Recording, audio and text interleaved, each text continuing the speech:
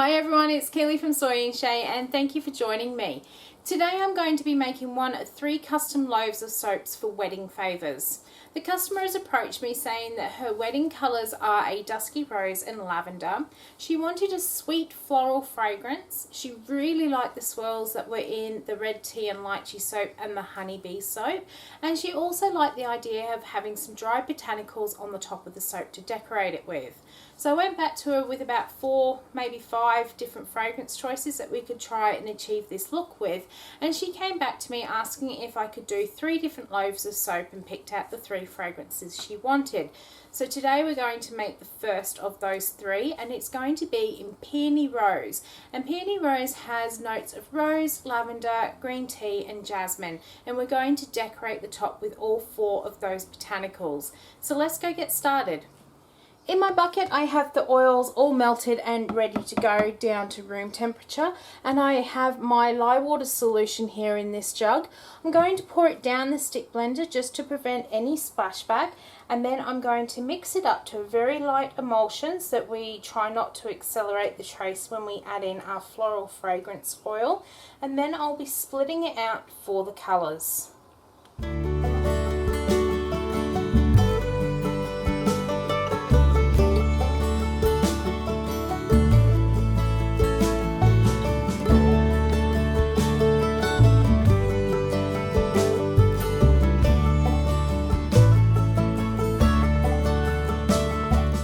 Okay, so when I was doing this, I quite literally only pulsed it for about 4 or 5 times, and then I gave it a really good stir with the stick blender because I really didn't want this to go into a thin trace, because I know we still have to mix in the colours, which will mix it up a little bit more.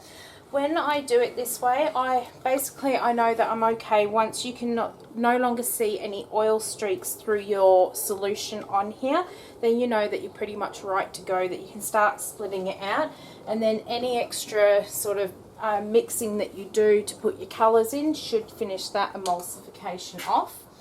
To one of these pots I have got some vintage rose mica, which we're going to use to try and get that dusky rose colour. For the other colour, I have mixed together a little bit of wisteria, nimbus and raspberry soda just to try and get that sort of dusky lavender colour, and I mixed it up in a little bit of the oils from out of the pot.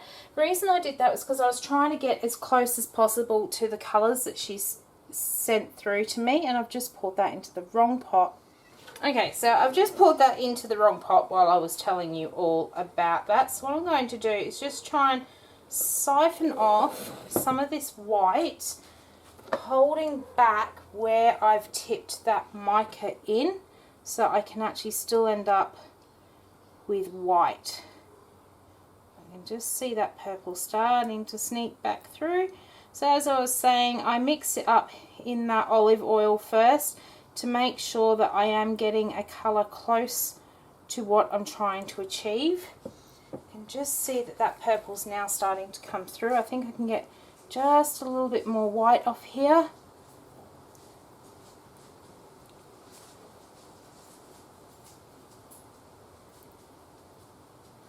Alright, we're just going to end up with a little bit more purple than I had originally planned, so we'll pour that bucket back into here. Okay, so that just goes to show it doesn't matter how much or how regularly you make soap, you can still make really silly little errors like that. I'm just going to see if I can get just a wee bit more out of this pot, because she really wanted that white base.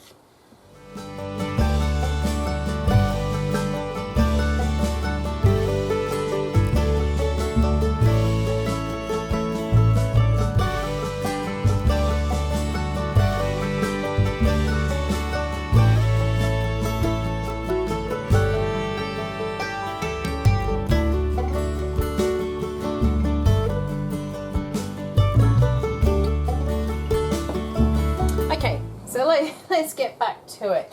Alright, I also have the titanium dioxide dissolved into some water here, and I'm going to pour a good amount in there just to try and combat some of that purple that has gone in, so we do end up with that purple base. And then I'm going to give these a very quick blend, and then I'm going to add in that fragrance oil.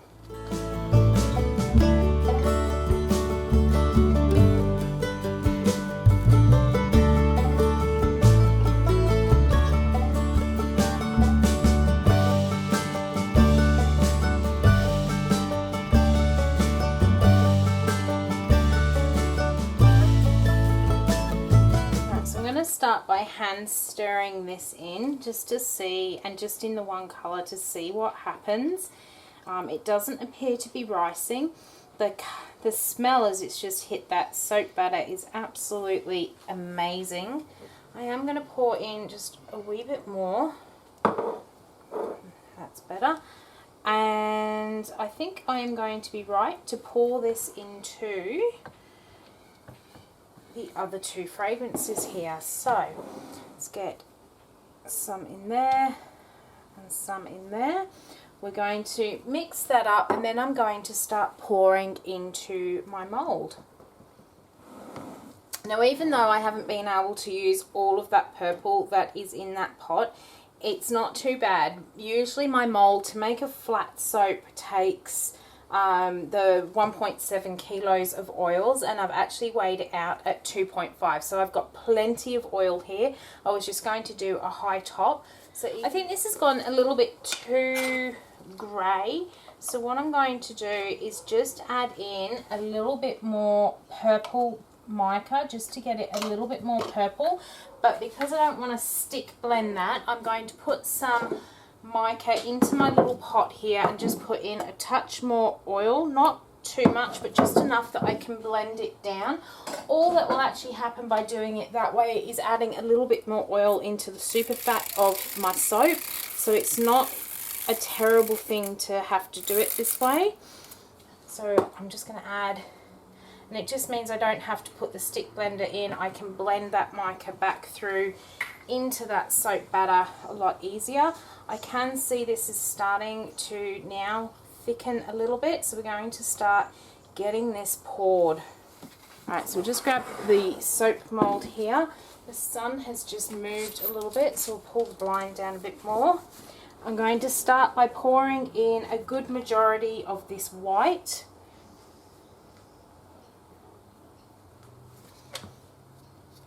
And then we're going to go for these other colours. Just before I'm pouring them, I'm going to give them a good stir just to loosen that batter up, and then we'll go for it. I think someone's trying to tell me something today. I'm not meant to soap today, I don't think.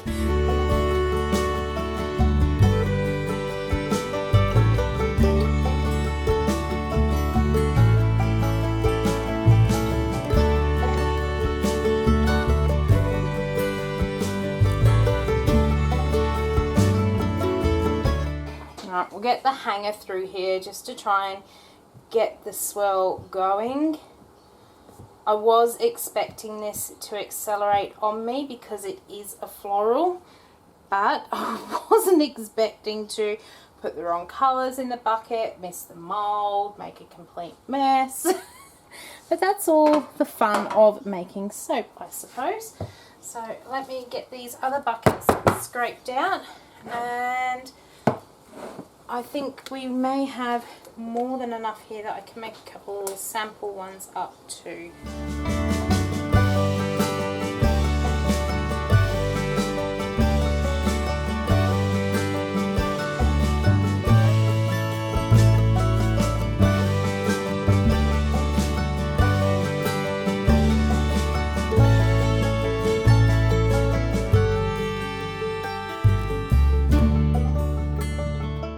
Alright, so I have got all of that in there, and I've actually got the top looking pretty good there, so I'm quite pleased.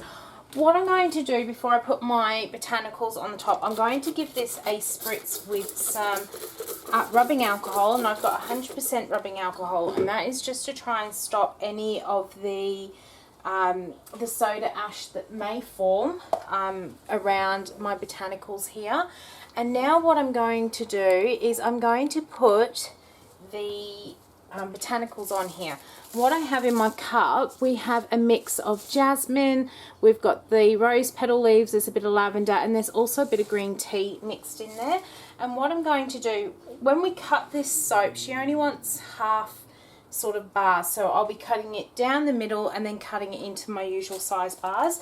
So I will be putting botanicals all over the top here, and we'll be pushing them in just a little bit as well to make sure that they stick.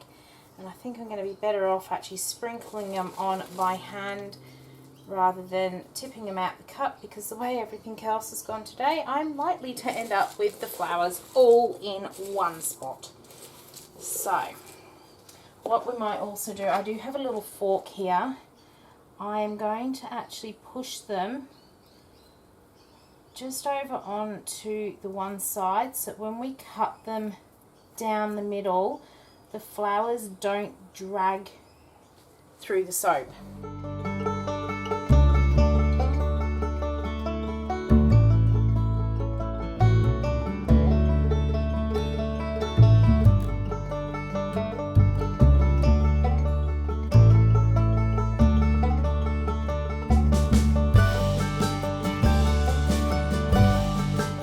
Okay, so one of the things I've learned while doing this soap, I knew that a floral fragrance was going to accelerate, and that's why I did everything possible to try and stop it from accelerating like that on me. So soaping with higher water and only mixing very, very lightly, but unfortunately this fragrance just doesn't allow it. So for myself, I would say that if a customer wants really pretty delicate swirls, that we won't be able to do a floral, but this is okay.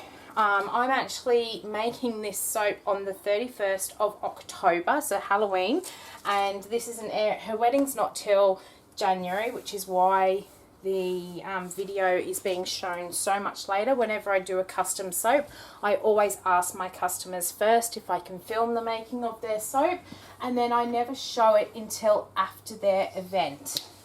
I'm just going to put a little bit of sparkle on the top of this one. I just think it really needs it. So what I'll do is when I cut this one, I will actually send her some pictures and she can tell me if she likes it or not. If she doesn't, then we might have to kind of review the fragrance to see what happens.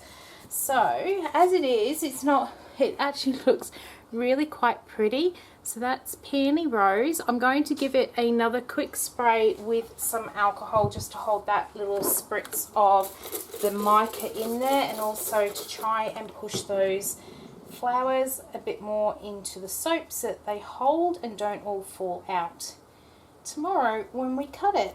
So I'm going to leave this one here for about 18 to 24 hours, and then I am going to come back tomorrow and we will see what we got on the inside, and hopefully it is a really pretty swirl through it.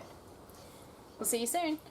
Okay, so we are back to cut this Peony Rose, and I am really keen to see what it looks like on the inside after yesterday's little disasters.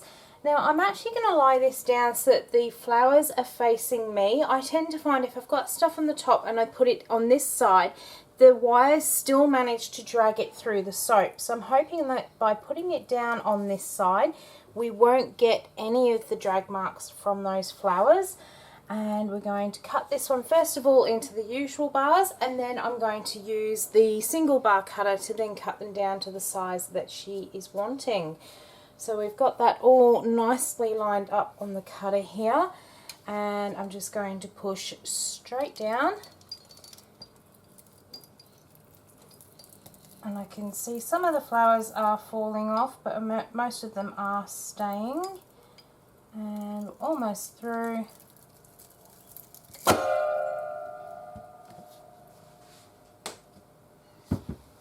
Okay, we'll grab this end bar here.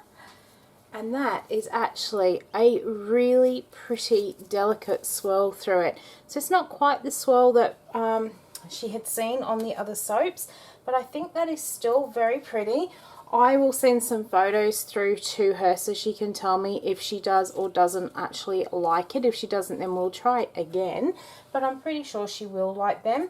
Now before I actually take the rest of those off, what I'm going to do is just pick them up as a whole, and then I'm going to get my single bar cutter and I'm going to cut them up into the smaller pieces. Okay, so we've got the single bar cutter and I already do have it preset so that I will be able to cut all these loaves of soap into half, and I'm going to do them at 3 at a time. So I'm just going to pop them down here, make sure that they're nice and flush with the edge of my cutter here, and then I'm going to come straight down through the middle. And because I actually avoided putting any flowers into the center of this soap, I don't need to worry about turning it on its side. So we'll get through these ones here, and these are the size soaps that she has requested. So they make a lovely little gift size soap, and they fit nicely in the hand as well, and each one has got some of those nice little botanicals on the top. So I will be honest, when I was making this video, it kind of got to a point where I thought, I'm going to turn the camera off and I am just not going to show this video at all. But then I thought, you know, at the end of the day, part of making soap is learning from mistakes and seeing what others do to actually recover from mistakes that they have actually made while making the soap. So I thought, well, we'll put the video up anyway, so if you do by accident pour in the wrong color into your soap pod or anything like that, you can also try some of those techniques to actually recover and end up with the soap that you do want.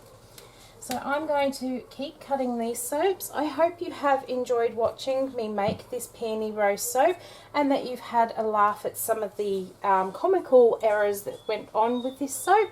If you did, why not leave me a thumbs up and any comments down below. If you have any questions, I will get back to you as soon as I can. And if you haven't already, why not subscribe to the channel and hit the little bell sign, and that will let you know the next time I bring the weekly video to you. So thank you so much for watching, and until next week, have a good one. Bye.